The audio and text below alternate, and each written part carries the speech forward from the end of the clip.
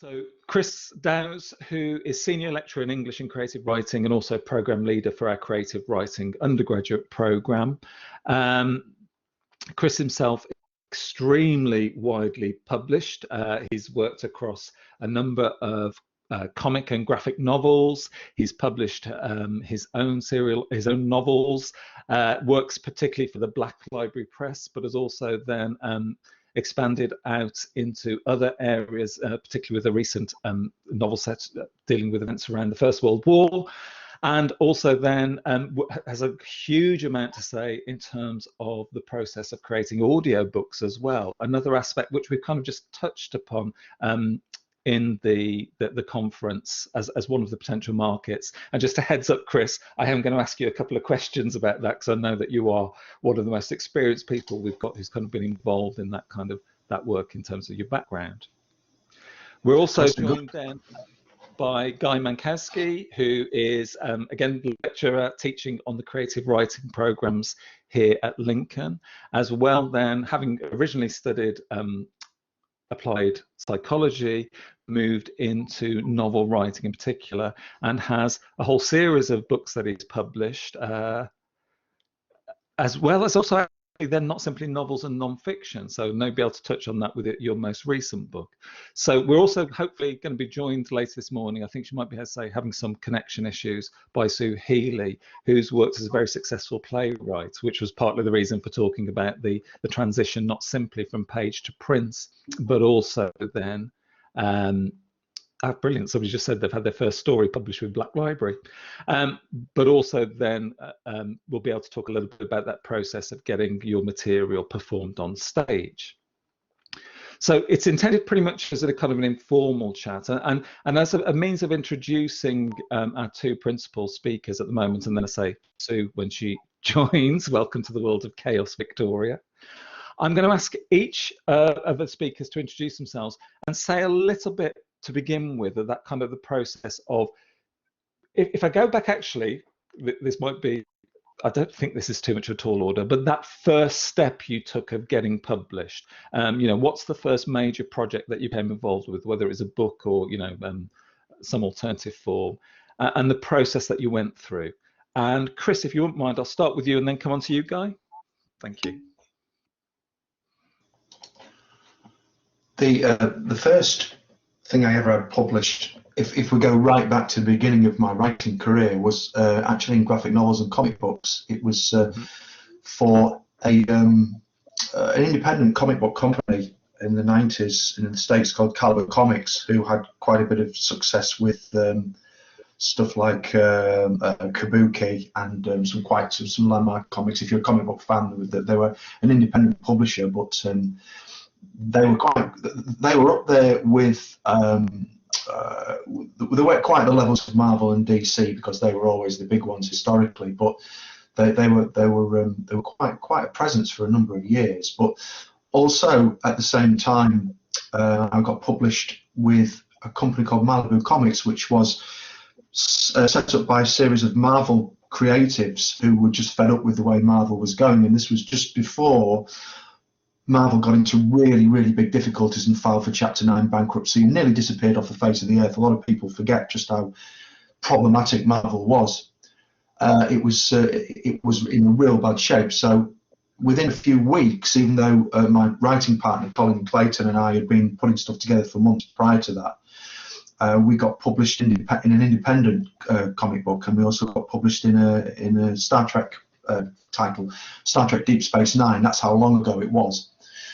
It hadn't even been shown in this country, so we had to have tapes sent over to us so we could get an idea of who the characters were and so on and so forth. So no internet, no email. It was all done with faxes and things like that. And that's how long I've been writing.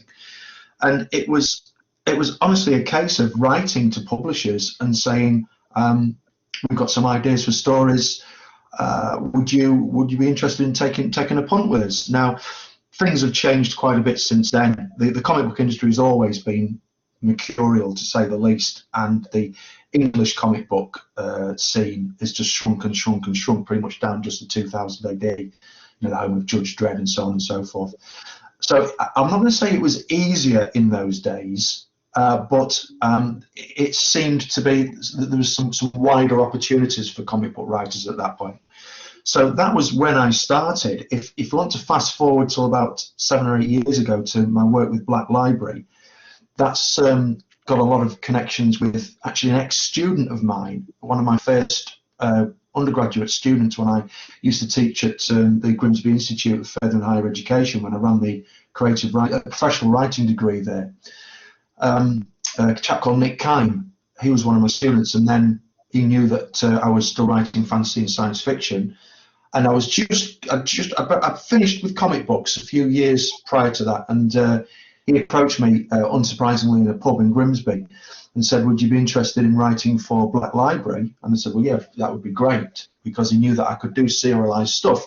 So I started with short stories, but then he kind of slowly but surely shifted me onto audio dramas, which Black Library were actively developing. They were transitioning from audio books to full, let's say, radio for quality radio plays within the yeah, sorry Angela, my camera, for some reason Chrome won't let me connect. I'm really sorry. So if you Google me, you'll see what I look like. You're not really missing anything, and it is a Sunday morning, so everybody wants to, I don't want to shock people too much.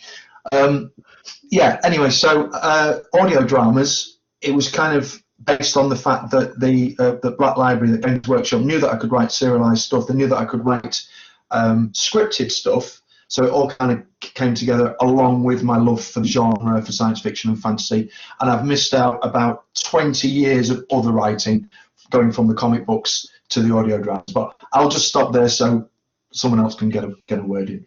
Thank you, Chris. There's a specific reason why I asked the first book, which I'll come back to the end, but Guy, if I could pass over to you, please. Yeah, sure. Hello everyone, thank you very much for having me at this session. I was just casting my mind back, and it was the classic route of the Writers Handbook for me.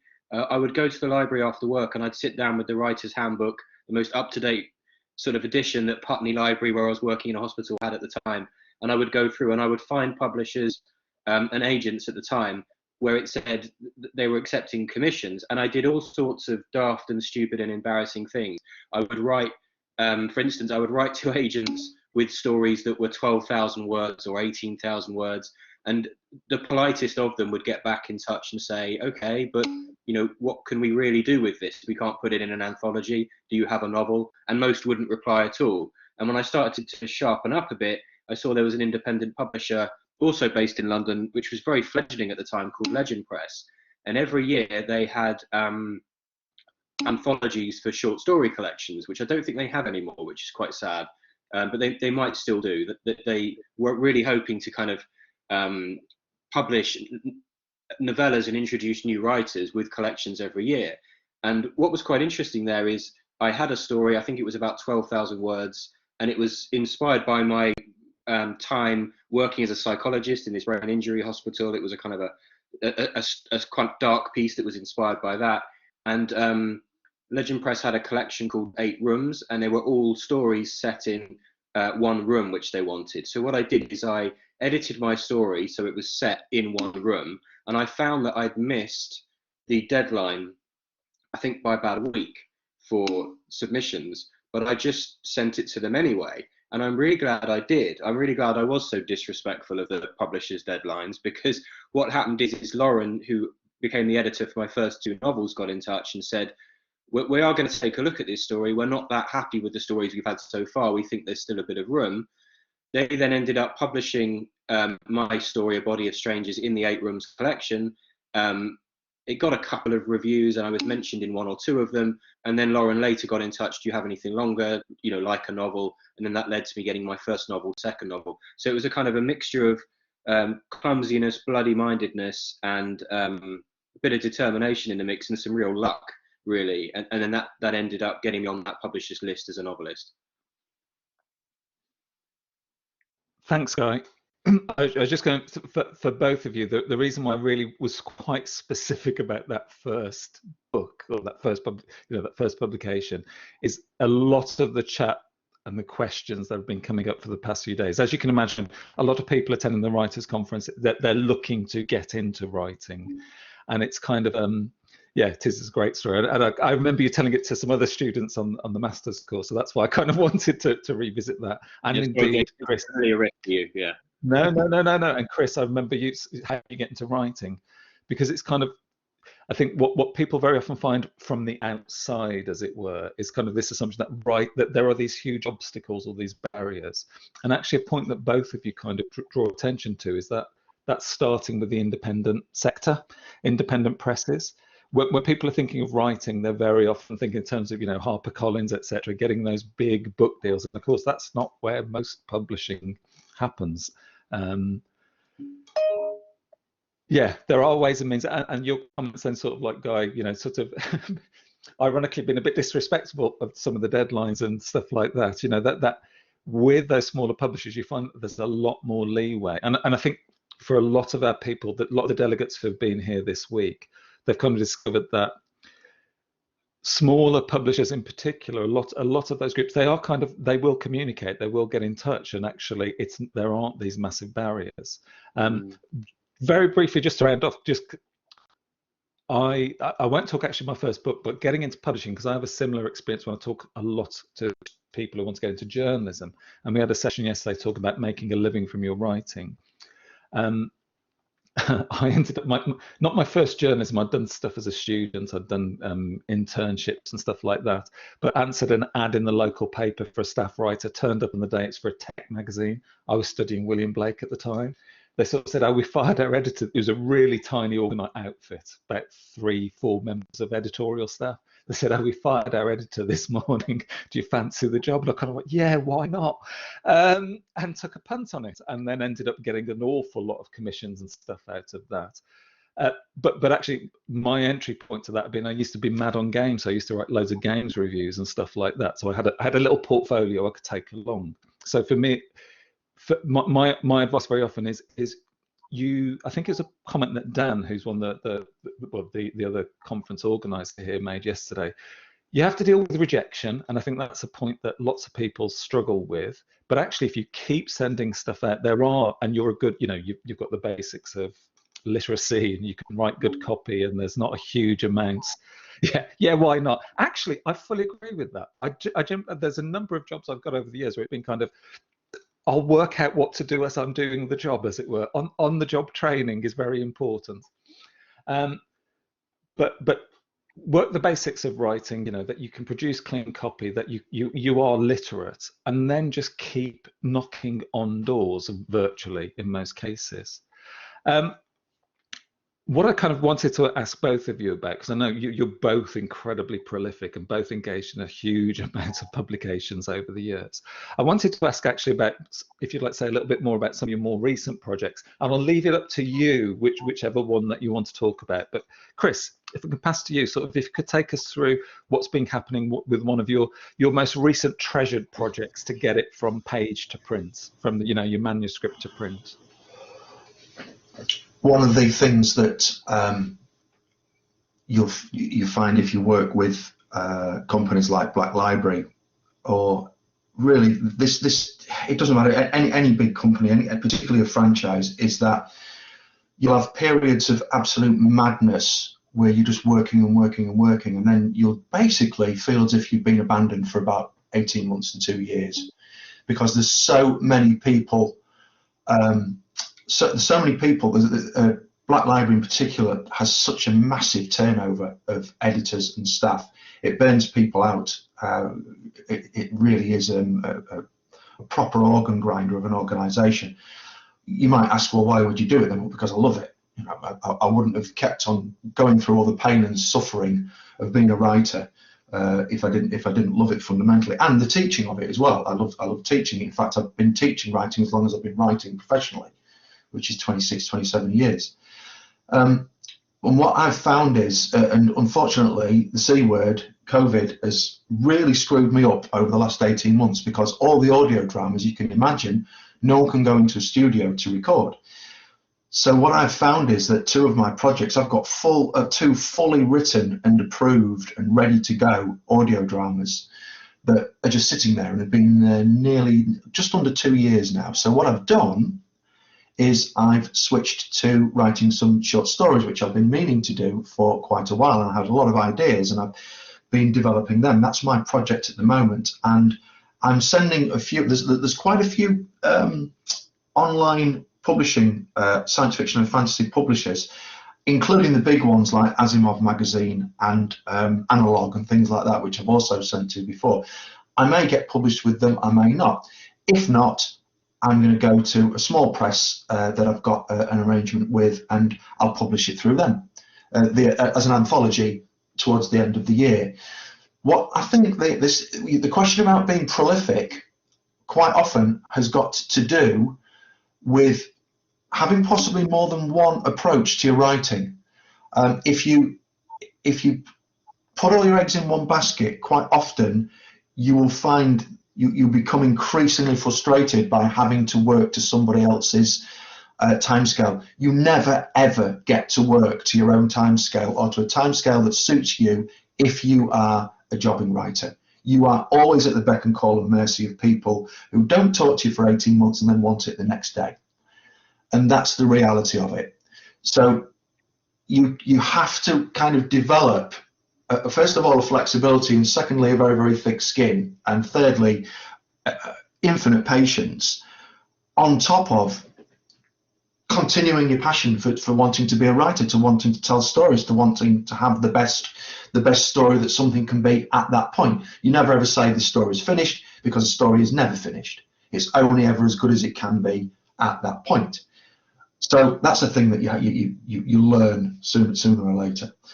So I'm working on short stories at the moment, which range from 20,000 down to 3,000, and I'm sending them out to places, and if they don't get published, I'll publish them as an anthology, because I'm waiting for Black Library, and it's not their fault. It's not their fault to get things back up and running, hopefully on the audio dramas. And I've already had an email saying, look, if the audio drama thing doesn't pick up, would you be interested in adapting the 2 scripts as a novel, which is something I'll probably get to talk about later on in the year. And that's me at the moment. Thank you, Chris. Guy, over to you. I'm just working on one project at the moment, but it's kind of a bit of a complicated one. So I generally write fiction, and I originally approached this project as though it was going to be fiction, but it's about the life of the bassist from the band Hole, Kristen Pfaff, who died of a heroin overdose when she was 27. And I'm writing a book with a co-writer called Sarah Harris Roberts, who's a biographer of the Manic Street Preacher guitarist Richie Edwards. And we're writing this book together. We've been friends for a very long time. But it's quite an interesting one because it's thrown up a lot of the challenges. And Chris was very interesting in what he was saying about what's going on in the moment. So the book originally started off as like a fictional retelling of this person's story, and that Kristen Pfaff's family got in touch and said, having heard that I'd done a book that was kind of similar, would you like to tell this story? And then they offered us the archive of Kristen's life and her recordings and like her private diaries. So we had a wealth of material, but we didn't know how to write the book and in what way to tell it. So in the last year, it's gone on a bit of an interesting journey, because it was originally with Sarah's first agent. And what was quite interesting for me about how the industry worked, because I hadn't had an agent before, was the agent would not really be completely focused on what's the best way of telling the story. The agent was focused on, how can I sell this story? So we did quite a lot of rewrites. It became less fictional and moved more towards being a memoir. And then what happened is that we eventually, Sarah and I thought, this agent just kind of doesn't really get what we want to do. So it's now with another agent who signed me for all my writing. Now, I cynically thought agents just sign you for a book and they want their cut of that book once they can land it with a publisher, and they're not interested in everything else that you're doing. What I found is it's a bit more complicated than that. Yes, the agent isn't particularly interested in books you've written before, because they they're not going to get a cut of that, and they can't really help invest in that project, but they are very interested in how you're seen as a writer now, what you might do in the future, and what the book that they're working on with you, and she's sending out this book to the major publishers now, what kind of a path that's going to lay for you as a writer going forward, because they want to invest in you as a writer going forward. So there's been all sorts of kind of complications. I think the big lesson that I've learned is that the relationships that you strike with people are incredibly good. So important. So at the very beginning, when I started writing, my relationship with Lauren, who was the editor of my first 2 novels, was just completely key. I was someone who had no inside track into writing. As Jason said, I worked in healthcare, and I had a good working relationship with an editor at an independent publisher. They're now much bigger. And had it not been that good a relationship, she wouldn't have kept wanting writing from me. There was 2 novellas and 2 novels published through her, and by the time Legend Press rejected my 3rd novel, I think quite understandably, it was quite a difficult book, at least I was up and running. And it was that relationship that was key. And I'm finding at the moment my relationship with my co-writer, my relationship with my agent is kind of everything. If at some point they just think, you know, he's not on the same page, or it's not fun working together on the project, however much passion we might have for the subject matter, things can easily get kicked into the long grass. So I kind of just wanted to build on one or two of Chris's points there. Thanks, Guy. And actually, I'm going to bring in one of the questions that came up in the chat, because Chris, you kind of well, in fact, you more than kind of alluded to it. It was something that's fairly explicit. The question is kind of, so it's from Alicia, was, I'm just going right, just find the question. How do you manage to stay prolific? How do you keep up the flow? And actually, I kind of want, if you don't mind, Alicia, I'm going to modify that question ever so slightly. How's your writing been affected by the past year, by COVID in particular? Because one of the things that I know working with both, you know, for a period of time, is that you both are very prolific. But it's interesting, Chris, I mean, you were talking about the effect on the publishing industry, as it were, the changes that have taken place elsewhere. What's been the effect on you over the past year in terms of just writing yourself? And also then, if we return to that simple question, how do you manage to stay prolific? So I'll start again back to Chris and then bring you in, Guy. Actually, the biggest effect on my writing this year has been the impact on my teaching, because the transfer onto online has been so overwhelming. The amount of work that it's generated teaching the classes and managing the courses online if I say it's been double the time, that would probably be a conservative estimate. I've still obviously written as I've gone along, because I've got one of my regular gigs is for the Star Trek magazine, and interestingly, with everybody sitting home and watching TV, and Star Trek has got this huge explosion. There's lots of new series come out. It's been really, it's getting more popular than ever. So I've been kind of doing the regular Star Trek magazine writing, regardless of how busy I've been at work, if you want to call it that, at the day job. And the gaps that have been created by me not doing the Warhammer, is kind of, I've filled those gaps with doing the short stories, which is something that has been sitting on the shelf for 3 or 4 years. So there's been a huge impact on my writing per se from the impact of COVID on my teaching.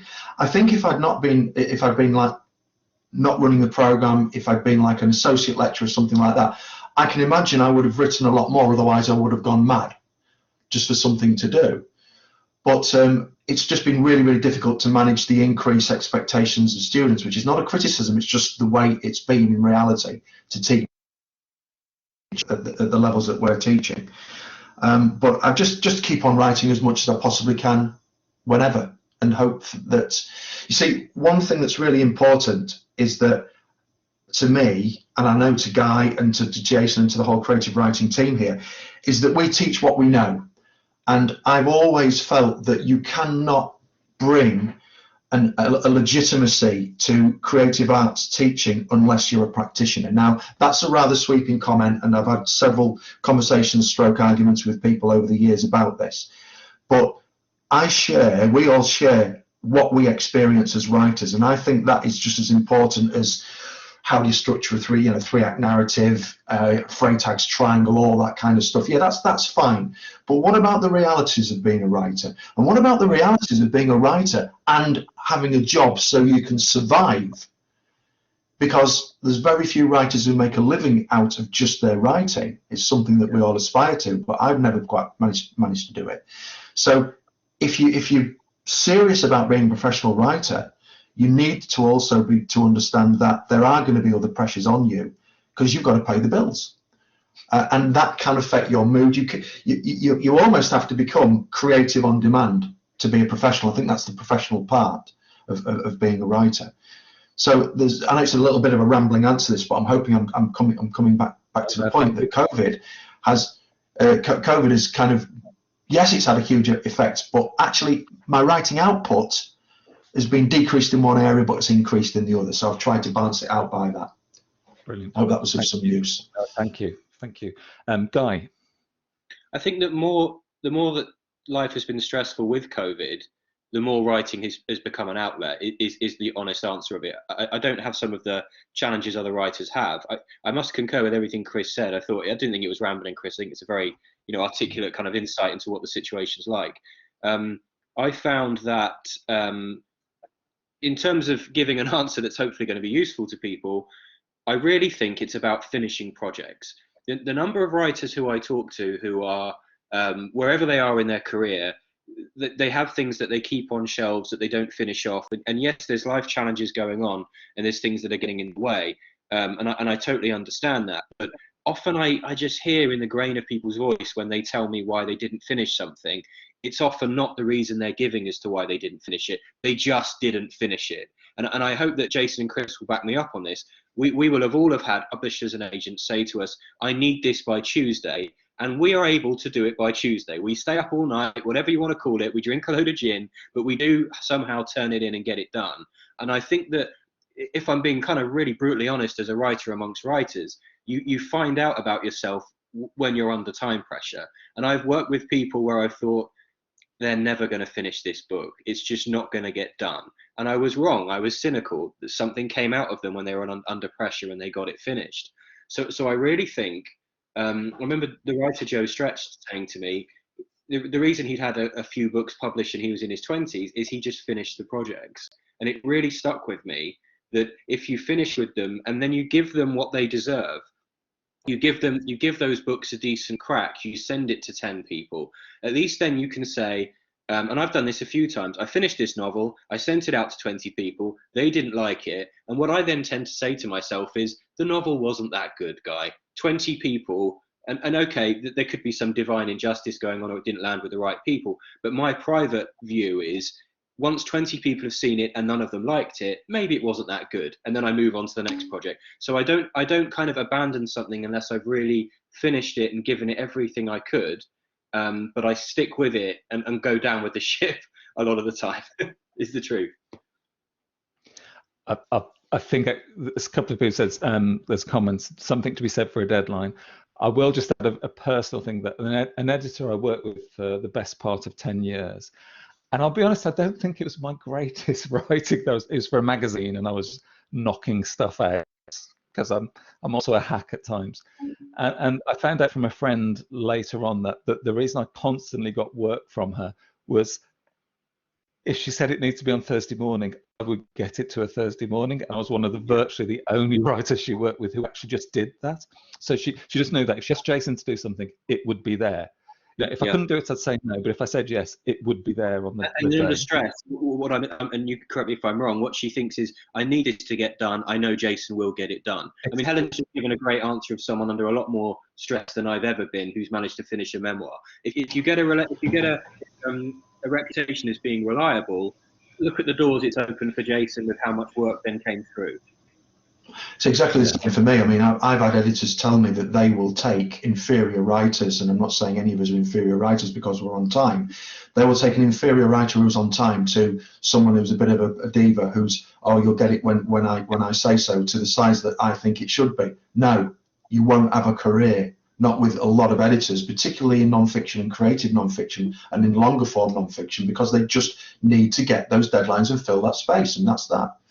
which is why I think we've all got to be quite kind of aware about this, is that the relationships you have, the working relationships you have with your colleagues, with your lecturers, with other writers that you meet, everyone is privately taking notes on what it was like to work with you, and you never know further down the line when that person who you work with in a seminar, say, might then end up being an editor, might then end up being a publisher, and you never know what will be in the room being said on your behalf. That person's actually quite difficult, that person's really great.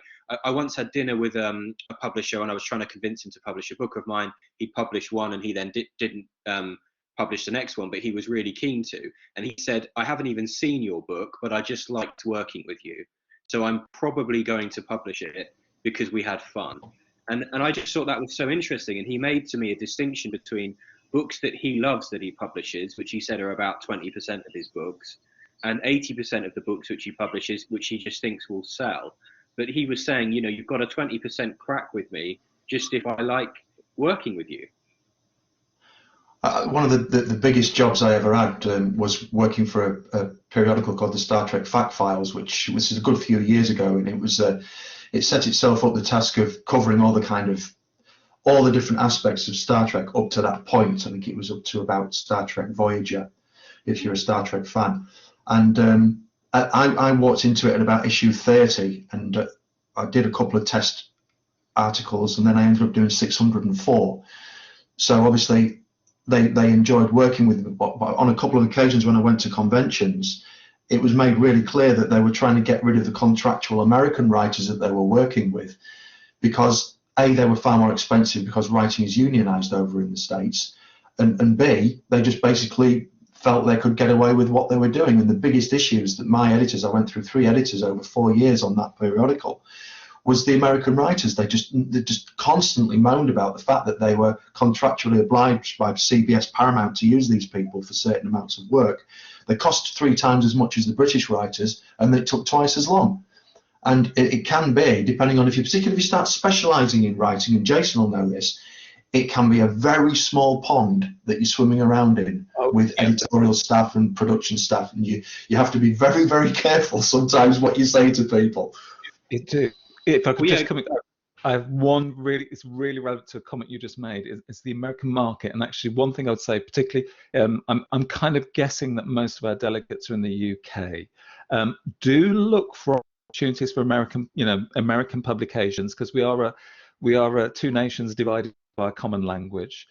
My personal experience was I did a lot of technical writing, and I was taken out to the host company, where I was working with a staff of 10 people, and they had 100 writers, and they produced less content than us each year. And I realized very quickly that the British attitude to professional writing, shall we say, is very, very different. And for a period of time, I made a very good living writing for American publications, for pretty much what Chris was just saying there, that they were just waiting for stuff to come from, these writers who, I'm not going to disparage, agonizing over every word, and I was kind of like, right, that's my 3rd project of the week.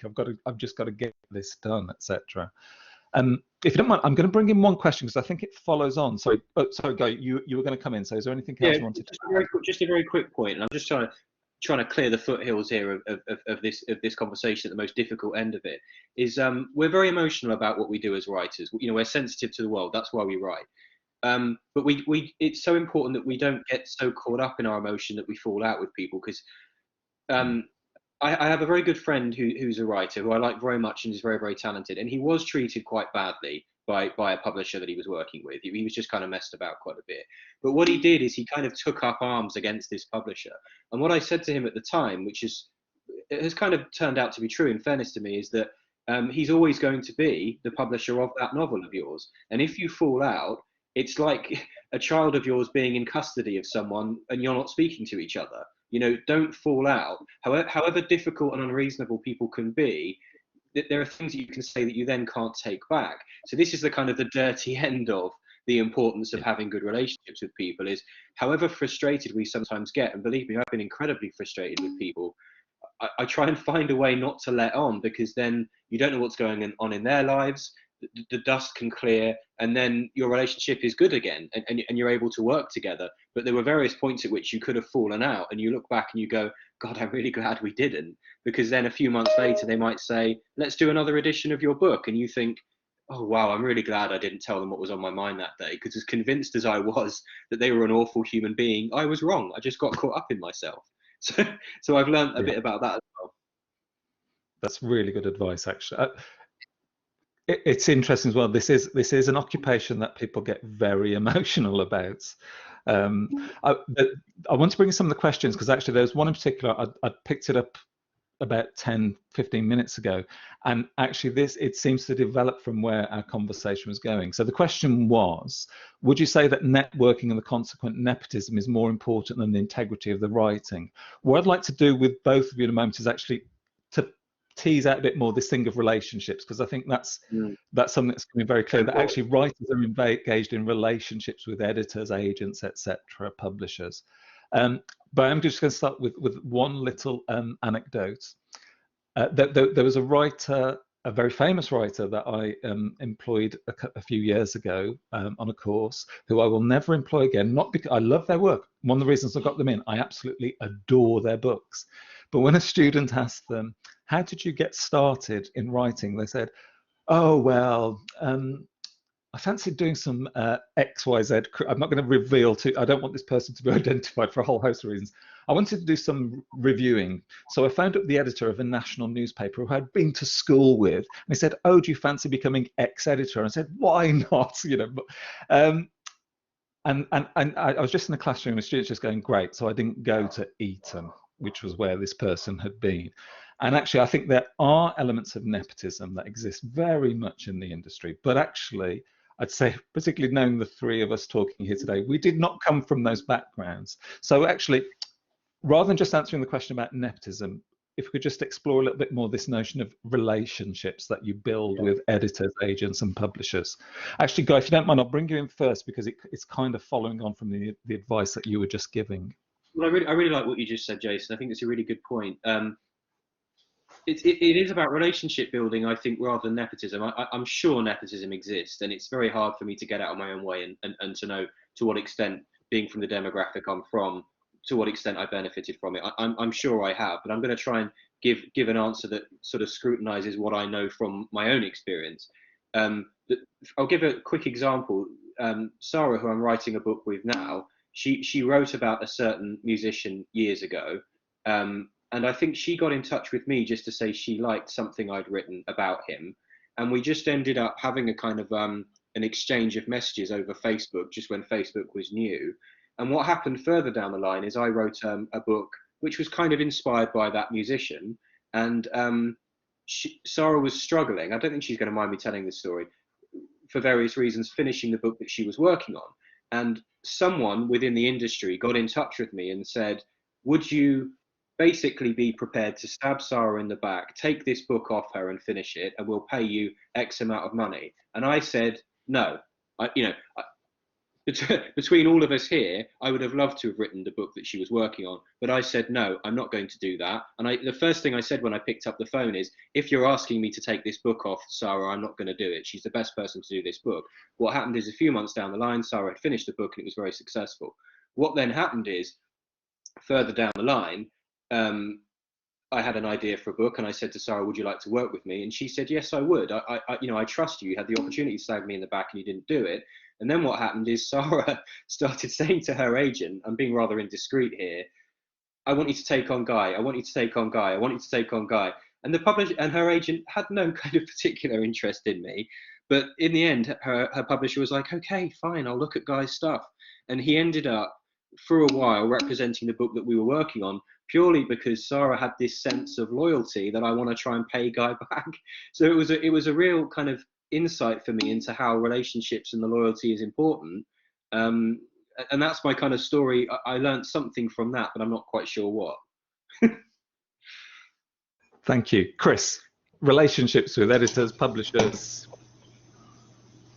rather than net. Well, yeah. I mean, I'm just praying one day that nepotism will work in my favour, but it's just never happened for me, and I'm still waiting. No, that's not true, actually.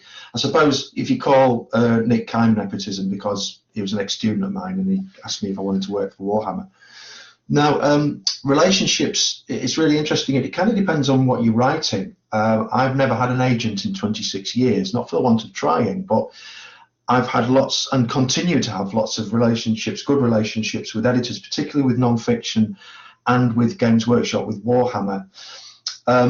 Comic book editors as well, they're a rare breed because there's virtually no room at all for agents in comic book writing. There just aren't the margins to make any money for anybody, unless you're like, Alan Moore or somebody like that, or Garth Ennis or any of the others who've gone over to America to make loads of money on Amazon, he said bitterly.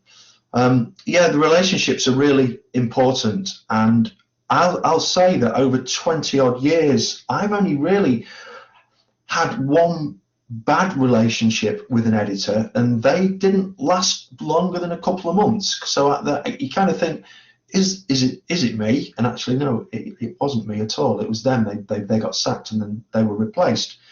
I think if you're working on a project for a long time, if you're working on a publication for a long time, continuity can be really, really important, and continuity of your relationship with an editor. I'm thinking about the Star Trek magazine, for instance, which I've been working on for 13, 14 years now. As long as everyone's working towards getting the best product that they can that's going to be published, then everyone should be happy. Editors are always in a rush. Editors rarely want to sit on the phone and talk with you all day. They basically contact you when they need something, and they will get in touch with you when they basically have to. Don't let that sound as if they're horrible people. They're not. They're just under tremendous pressures. And the staff, going back to what Jason was saying with his American experience, I mean, when I was working on the Star Trek magazine, they had an office of 6 or 7. It was an offshoot of Panini, who, if you've ever collected, football cards or anything like that, or stickers, yeah. It was a real big concern. They had offices down in London and everything, but the companies are getting smaller and smaller. Titan, who you may have heard of, who do a lot of reprints of comic books and also used to commission a lot of comic books, Titan Publications, on the South Bank, I think they're down to an editorial staff of 4, and they used to be one of the biggest publishing companies on the South Bank. Things are really, really being squeezed, and it is important that you have a healthily respective relationship with someone, but you do need sometimes to be able to say, look, that's an unrealistic deadline, but they get to know what you can say yes to and what you can say no to. Usually, particularly as an early career writer, the answer is always yes, and then you ask the question. And just like Guy was saying, you get your bottles of gin or your bottles of vodka, and you just power through, regardless of whether you've got a day job or not. All right, you might be teaching 9 till 6, something like that. All right, you have some dinner, 7 till 2 in the morning. You keep knocking on your draft, and then you repeat until it's done, because you want to make your editor happy, because you'll very quickly know if your editor is unhappy. And of course, I will feel compelled to say that it's everybody's duty to drink responsibly. Sorry. I just very quickly add on to what Chris has said there, is that something can happen where you think, I'm being treated badly by this editor, by this publisher, by this agent. And you speak to other writers. I'll speak to someone like Chris when I grab him in the department. And fellow writers can go, yeah, that's really bad, Guy. If I was you, I'd be really, really upset. And then there's a huge difference between feeling validated and then going back with a sense of being aggrieved, and a friend empathizing with what you're saying, but it doesn't mean you're being badly treated. You still have a good relationship. You still have a good opportunity. Don't kind of blow it. So there's been a lot of times when people in my closest circle were probably sick to death of me hearing about a certain situation where I thought I was being badly treated. I wasn't. I got too caught up in it. When the dust cleared, it was just what was going on at that time. And even though everybody seemed to be indulging me that what was going on was incredibly difficult, when I step back, I think at least I was talking to that publisher. At least I had that editor. At least there was that opportunity. And me just biting my tongue allowed the dust to clear and the book to get finished and then things to get out there. And so I find emotional regulation seems to be a big part of being a writer, for me at least. Thank you. I'm going to, if you don't mind, I'm going to pick, because there's quite a few questions, and I'm going to pick them up in the order I came. I'm not sure all of them will be able to answer. So there's the first one: any suggestions as to who to approach with an anthology of true travel stories? I mean, my only response to that, I think it probably an independent publisher in the first instance, but I don't I don't know for that. It travels a bit out my remit. We'll probably think about that when I return to it. The next one is, it's aimed at Guy, but I think both you, Chris, and I will have a little bit saying this as well. Overall, would you say it's difficult to find an agent who will take you for all the writing you do, no matter the genre? And I think that's a great question. So, Guy, it's addressed to you. So, an agent will take everything. I found it unbelievably difficult to find an agent. I've had books pass through various different ones. I've had what I've often find, my friend Hannah often says to me, you either hear from an agent the next day or you never hear. I find that a brutally true rule of thumb. I've had agents call up, I really like this chapter. If you write it along these lines, I'm going to take you on. You then write it along those lines, and I've literally never heard back from that agent 5 years on. And I spent months rewriting it based on what they said the next day. The short answer is I don't know. As far as I do know, I think I've got to be a bit careful here. I think that editors and Jason's an editor. I've got to be very careful. I think a lot of people within the industry who aren't writers, so that doesn't include you, Jason. You are a writer.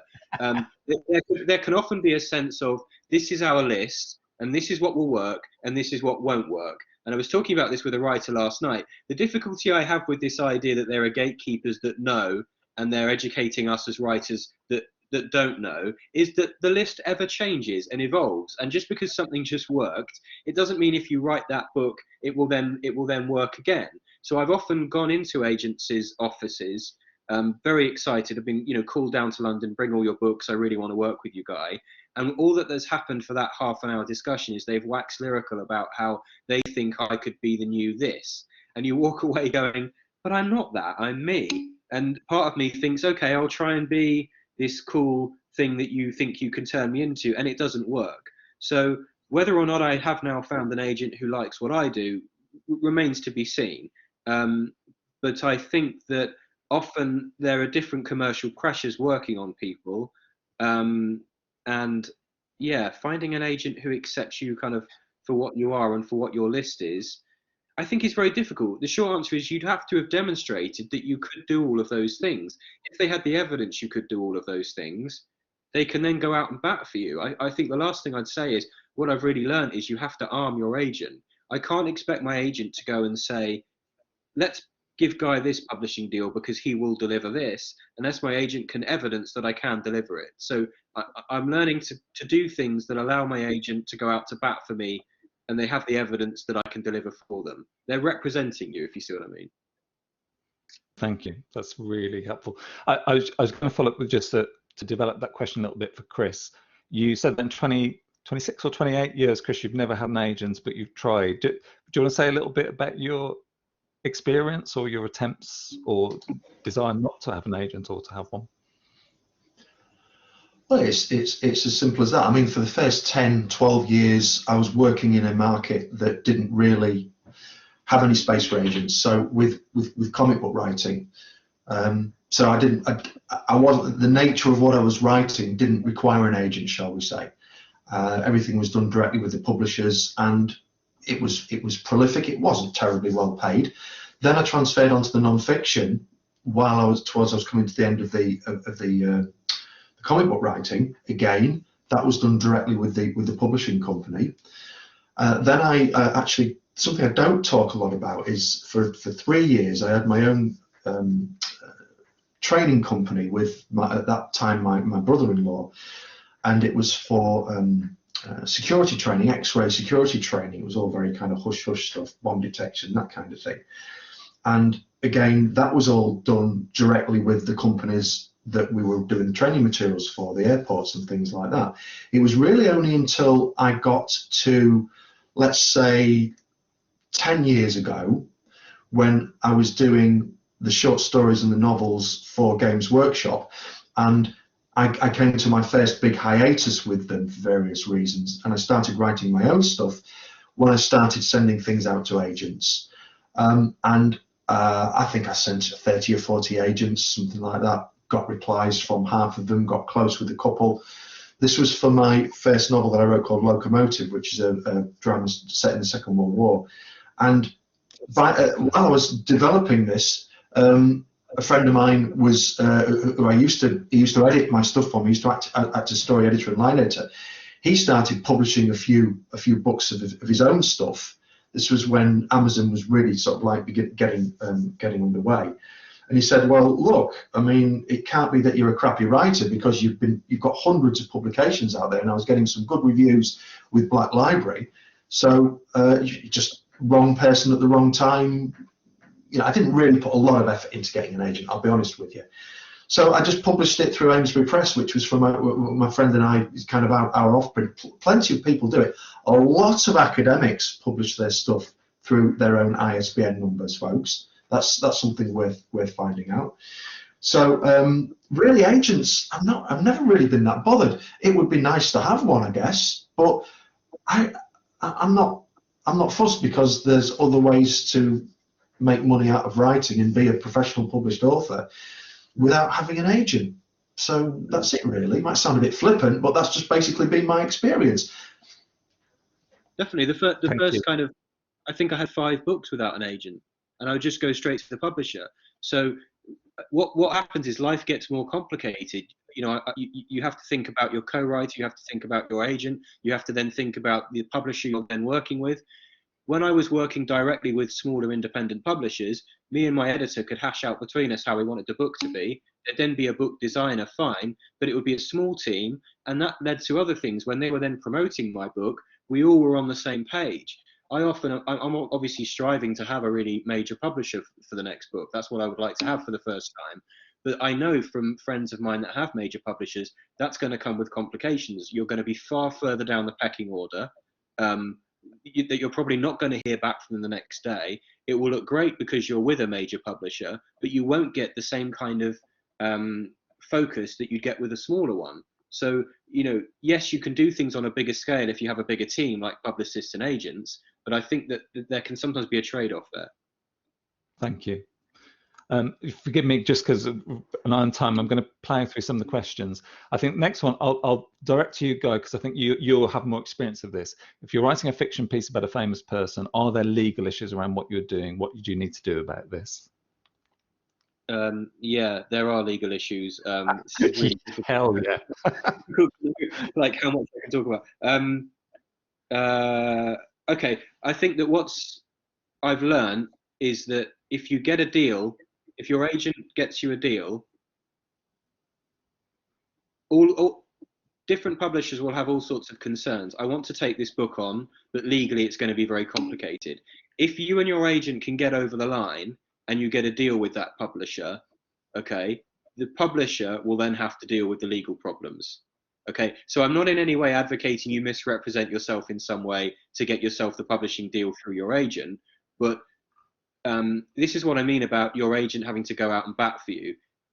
You have to give your agent the reason why these legal things won't be issues. I have good relationships with these people, or this person I'm working with has a good relationship with that person, so they're not going to sue us. And if you can then convince the team at the publisher, honestly, that this book could be taken on and it won't be completely litigious, once you're over the line and you've got that contract, what I've learned is that the relationship between you as an author and the publisher will then change from we're suspicious, should we take this book on legally, it's going to be complicated, to how do we get this done and how do we get this published. It will become, if you like, the publisher's problem once you're over that line.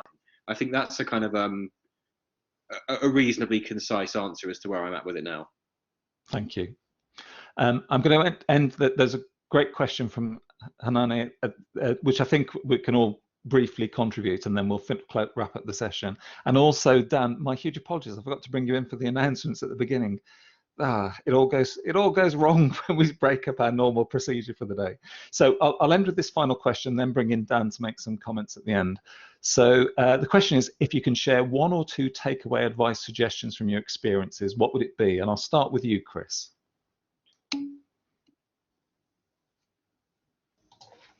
I think building on what I've said in one of the responses to the excellent questions that have been running all the way through this. Yeah. First thing is that nothing is ever finished, all right? It's only ever as good as it can be at that point. Secondly, if you've got folders full of longer term projects, whether they're non-fiction or fiction, novels or whatever, they're unfinished, write something shorter. The ethos that I develop on the undergraduate program for the creative writing degree here at Lincoln is that as an educator and as a professional writer, you cannot judge how someone, for instance, balances a story, develops character, structures a story, shapes a story. You can't tell that if it's the first 2 or 3 chapters of a novel. You just can't tell whether someone's able to do that or not. And I'm a big advocate, and I think Stephen King agrees, that if you can write a short story successfully, which is really difficult, you can pretty much write anything, because it's just then a matter of scaling it up to 60, 80, 100,000 words, whatever. So my advice would be, if you are struggling with not finishing something, reduce your word count. And any arguments around, oh, having boundaries, oh, it destroys your creativity, blah, blah, blah, everything has boundaries, all right? The word count's a boundary, the genre is a boundary, because that will then lead to the expectation of the audience you're writing for. And that's another thing, always know who you're writing for. Never write for yourself, always write for someone very similar to you, standing next to you. And that's all I have to say. Thank you. Thank you very much. Guy, words of advice. I love that. I've had a few publishers say we're likely to get this book published because it's short, meaning that more reviewers will review it, therefore the book will do better because it's not very long.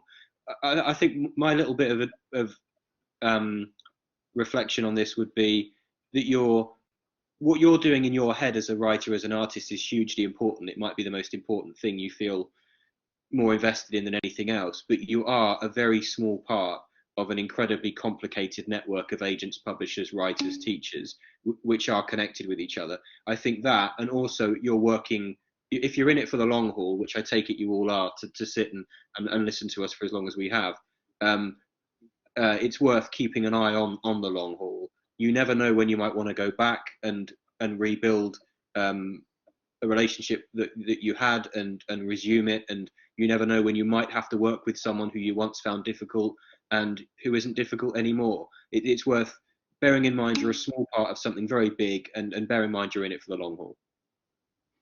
Thank you. That's actually, again, just great advice there.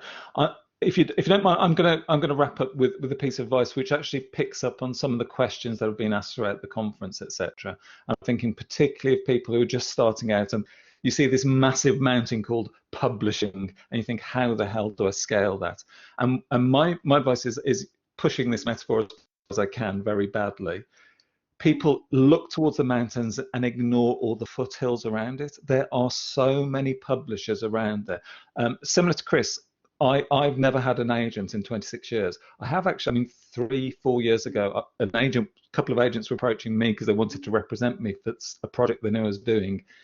I didn't, because I actually like to write loads of different stuff, and I knew I'd start getting channeled down. And also, having been on the other side, as Guy said, you become a very small fish in a much bigger pond. So my advice would be, if you're starting out, you're looking at, HarperCollins, etc., all the big five in fiction publishing, etc., and thinking, how the hell do I get to them? Also, be aware, and I think people who don't get involved in publishing very often don't realize this, there are so many publishers, and they are looking for writers. They to exist, they need to publish. It's not simply that, and this comes to my final point, they're not just going to publish anything that you send to them. The final comment I would make does come back to you yourselves. You have to write something that, I'm not going to enter something vague like you believe in. You believe in the quality of it. You have to pay attention to your writing. And I'm speaking now as an editor. I get submissions and stuff like that where it's sloppy grammar and stuff like that. And actually that makes my heart sink. And actually I then no longer really want to deal with the person. So writing is a craft as well. Get your writing as good as it can so that you believe in the quality of what you're doing. And the publishing industry, the publishing landscape is much wider than many people often realize. So thank you very much. And there have been some great questions. And actually, that's one of the things that's been really heartening about this conference. It's kind of the interaction from you as an audience as well. So thank you very much for that. thank you to Chris and Guy in particular for giving up your Monday morning. It's great to speak with you as always, and I'll bring in Dan, so as conference organizer. Thank you all very much. Yeah, goodness, what a fantastic panel, and also, as we've commented on the chat.